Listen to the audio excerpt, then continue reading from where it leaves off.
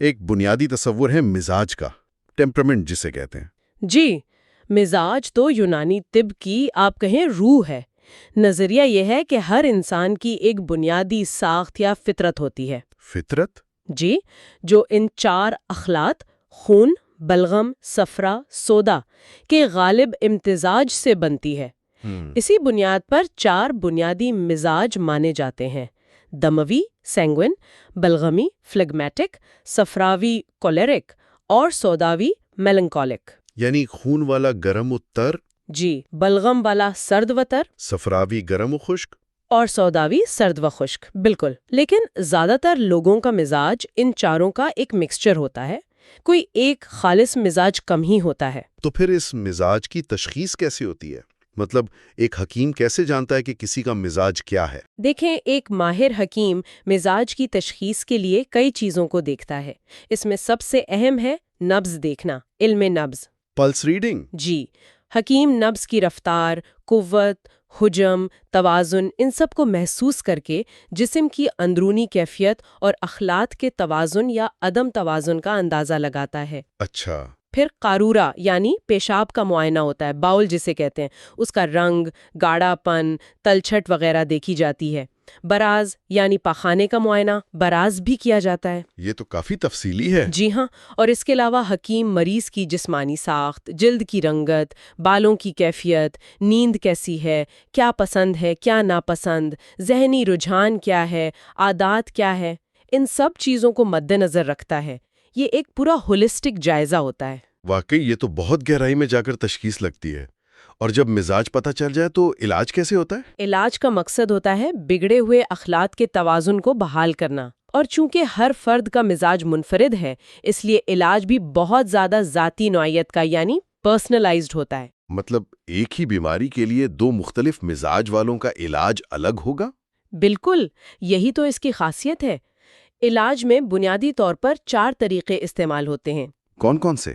ایک ہے علاج بالتدبیر، ریجیمنٹل تھراپی۔ اس میں طرز زندگی میں تبدیلیاں لائی جاتی ہیں، جیسے خاص قسم کی ورزشیں، مساج جسے دلک کہتے ہیں، فساد یعنی رگ سے خون نکالنا، ہجامہ یعنی کپنگ، حمام وغیرہ۔ دوسرا ہے علاج بالغذا، ڈائٹو تھراپی، یعنی غذا کو دوا کے طور پر استعمال کرنا۔ ہر غذا کی اپنی تاثیر مانی جاتی ہے، گرم، سرد، تر، خشک، اور مریض کے مزاج اور بیماری کے مطابق غذا تجویز کی جاتی ہے۔ تیسرا طریقہ دواؤں والا ہوگا؟ جی، علاج بالدوا، فارماکو تھراپی۔ اس میں قدرتی ادویات استعمال ہوتی ہیں جو زیادہ تر جڑی بوٹیوں یعنی ہربز، معدنیات یعنی منرلز اور حیوانی ذرائع سے حاصل کی جاتی ہیں۔ اور چوتھا علاج بالجراحت یعنی سرجری۔ قدیم دور میں یہ بھی یونانی طب کا حصہ تھی، اگرچہ آج کل یہ شعبہ زیادہ تر جدید میڈیسن کے پاس ہے۔ آپ نے جڑی بوٹیوں کا ذکر کیا۔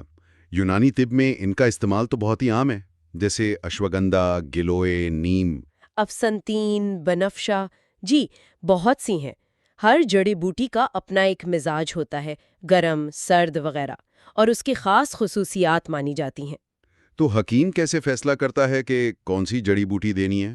وہ مریض کے مزاج، بیماری کی نوعیت، اس کی شدت، ان سب کو مد نظر رکھ کر مناسب جڑی بوٹیاں چنتا ہے۔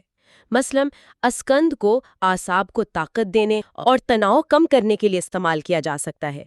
نیم کو اس کی جراثیم کش اور خون صاف کرنے والی خصوصیات کی وجہ سے جلد کے امراض میں مفید سمجھا جاتا ہے۔ اچھا۔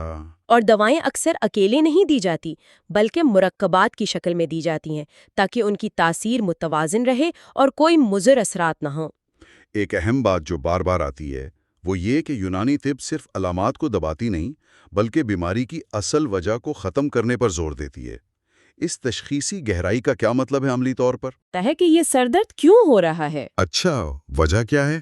جی، کیا یہ ہاضمے کی خرابی کی وجہ سے ہے، ذہنی دباؤ کا نتیجہ ہے، یا کوئی خاص خلط جسم میں بڑھ گیا ہے؟ نبض، قارورہ اور دوسرے تشخیصی طریقوں سے وہ جسم کے اندر جو عدم توازن ہے اسے سمجھنے کی کوشش کرتا ہے۔ جب اصل وجہ معلوم ہو جاتی ہے تو علاج زیادہ مؤثر ہوتا ہے اور بیماری کے بار بار واپس آنے کا امکان کم ہو جاتا ہے۔ یہ صرف علامتی ریلیف نہیں ہے، یہ جسم کو اندر سے ٹھیک کرنے کی کوشش ہے۔ تو اس سب کا آج کے دور میں کیا مطلب بنتا ہے؟ آج کی جو تیز رفتار زندگی ہے، جدید میڈیسن اتنی ترقی کر گئی ہے، کیا یونانی طب کی کوئی اہمیت باقی ہے اب؟